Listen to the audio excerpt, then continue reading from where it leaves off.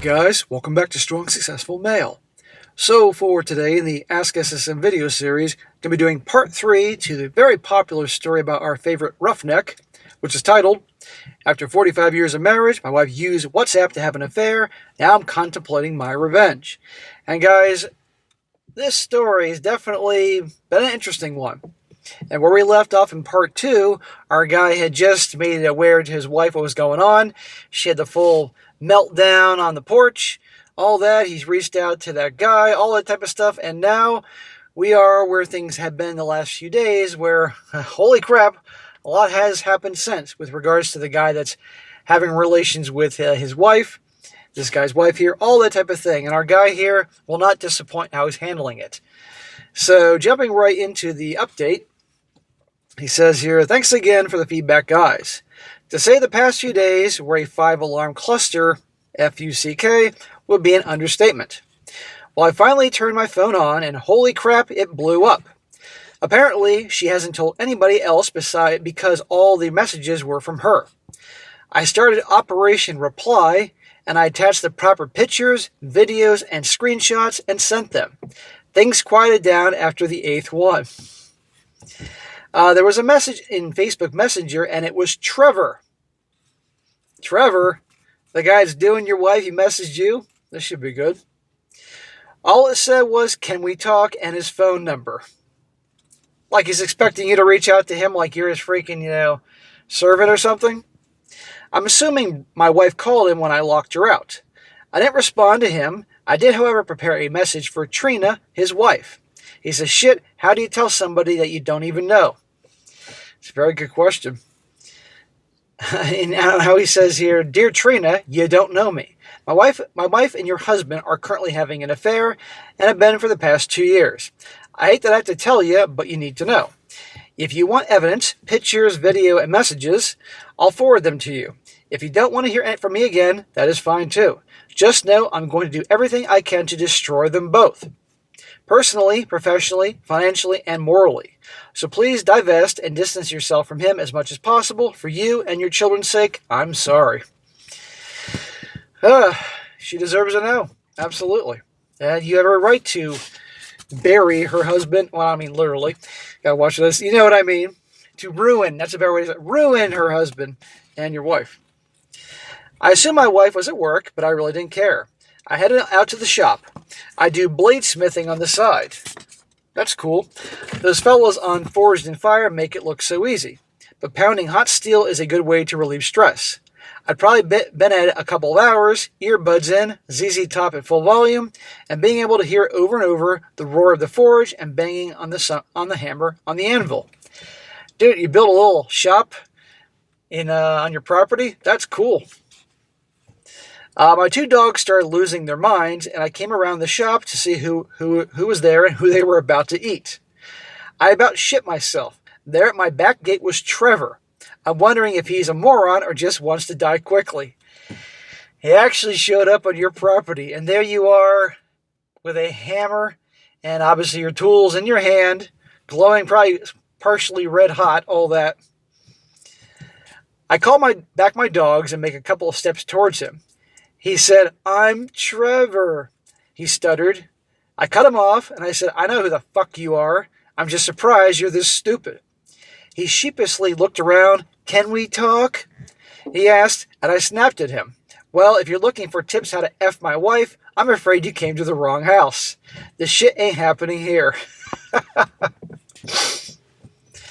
I know you're thinking, I want to sick my dogs on this guy and make him disappear.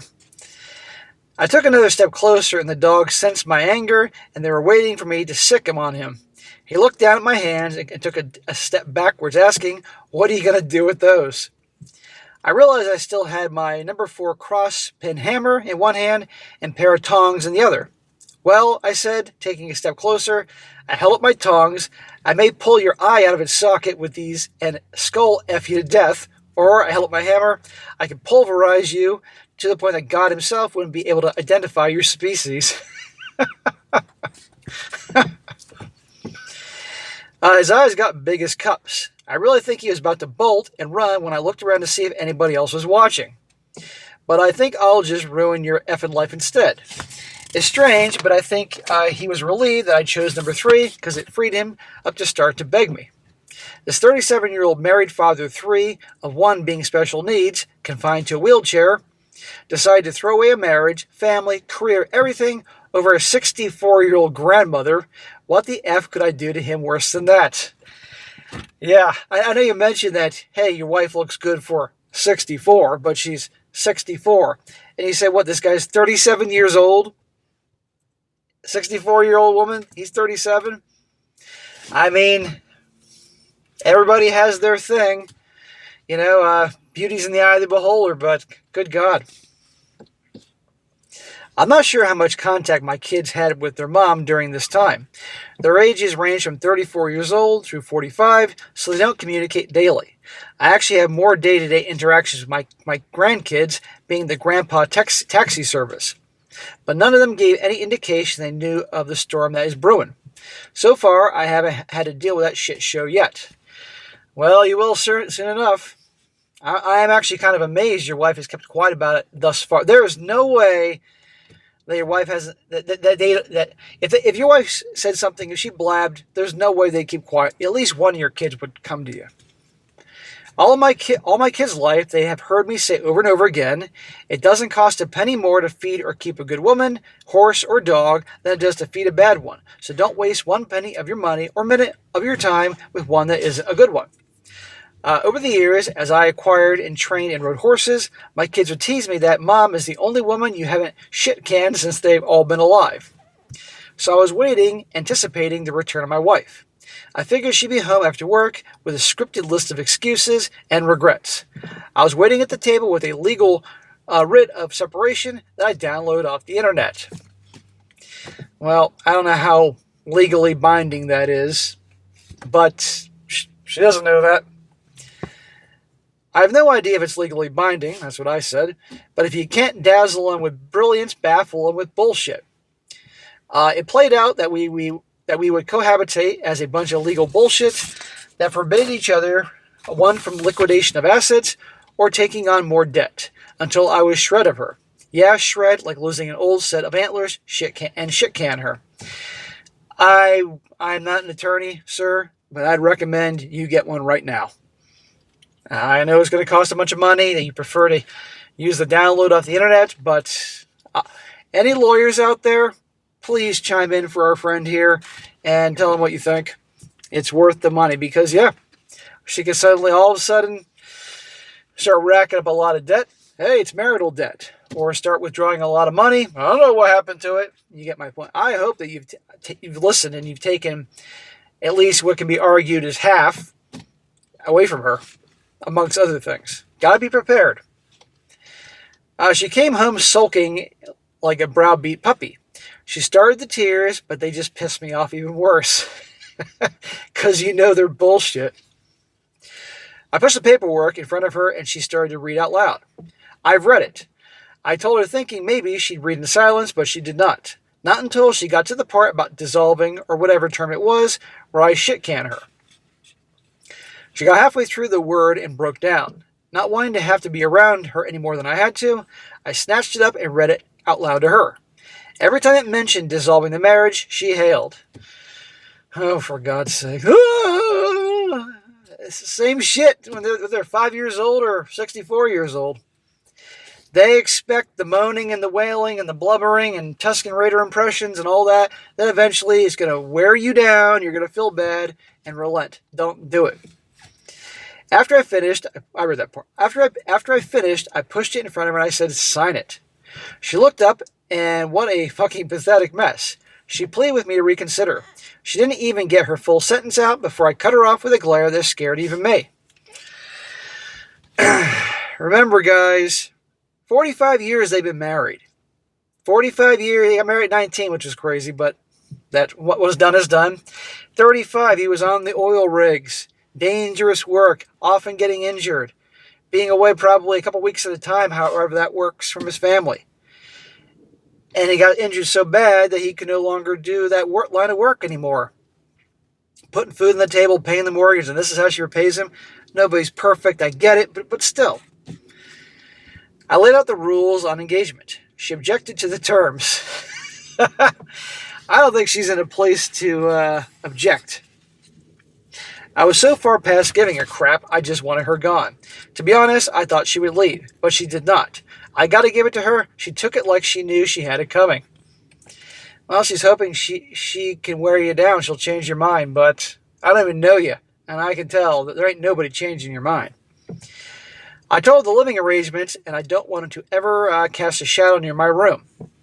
After my wife retired to sob in her empty bedroom, I went in to watch TV and moved to the next step, setting the narrative. I put together a short text to the kids. I'd have preferred in person, but shit was in motion, and they are scattered across 3 states. I let them know that their mother had violated the one rule I had always set, and there would be no reconciliation attempted. I asked them to give us time, and we loved them. I let them know their mom was going to need them, because I would have no mercy. It's actually big of you to actually go so far as to not saying your effing mothers and effing WH, that type of thing.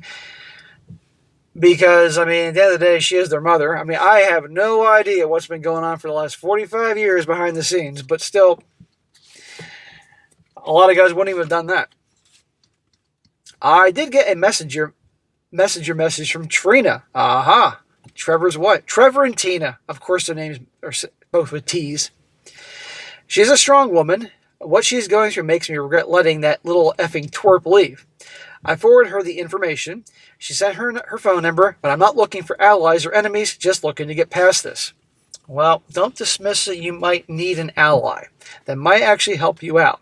And quite frankly, you may not need an ally, but she may need an ally, if you know what I mean. And so if you want to get even with Trevor, being her ally to help her in any means will help her out, and she deserves it. I don't know what their marriage is like, but obviously cheating ain't good. She doesn't deserve this. Questions and comments. Yes, I'm sure the kids are mine. Okay, I was wondering about this. Not just that they're like me. Before my dad passed away 10 years ago, we were all tested to see if we would be a donor match, and we weren't, but we're all from the same gene pool. Okay, thank God. If you found out after this that even one was not yours. My family and my wife's family and my kids are all pretty religious and active in their church. The church frowns hard on cheaters. Well, clearly your wife was absent from that church service when they mentioned that part. My kids love their mom, as they should, but I don't see them taking her side. But I will not put them in the middle of this. She may, I will not. I will keep you all updated. Well, sir, definitely keep us updated. This situation sucks. And I'm sorry it happened to you, man. And you're handling it like a boss. People ain't fucking with you. But it still sucks nevertheless. But you are handling it well for what it is. And definitely will be looking for updates here. So all I can say is keep on trucking, stay strong. Keep yourself from doing something that's going to get you arrested and put in the orange jumpsuit. You don't need that. Your kids don't need their dad. And the grandkids don't need grandpa behind in the slammer. You don't want to be visiting them behind a big, thick glass. And I would consider talking to an attorney. In fact, let me rephrase that. Do talk to an attorney. Fucking consultation. It's probably free, and if not, it won't cost you a whole lot. Because probably that thing you download from the internet probably won't be seen as binding. In fact, probably it'll be argued, her attorney could argue as under duress or some damn thing, or she was traumatized, and you get my point. Talk to an attorney. Find out your options and move forward. And it's very likely she may try to rope the kids and get them involved, but I'm glad you're not going to do that. But I don't have to tell you, be prepared to go to war, because you already are going to war. But you keep us updated on how things are going here. This is definitely interesting, and we will see you through to the end, man, and get you through this. So good luck to you. Have a good week, and don't back down. All right, guys, that's it for today. Be sure to comment down below. Let me know what you think about this. And any lawyers out there, please give some advice in the comment section, what I was saying there, what you think about that. Our guy could use the help. And be sure to like the video, share with your friends, and subscribe. And I'll catch you next time.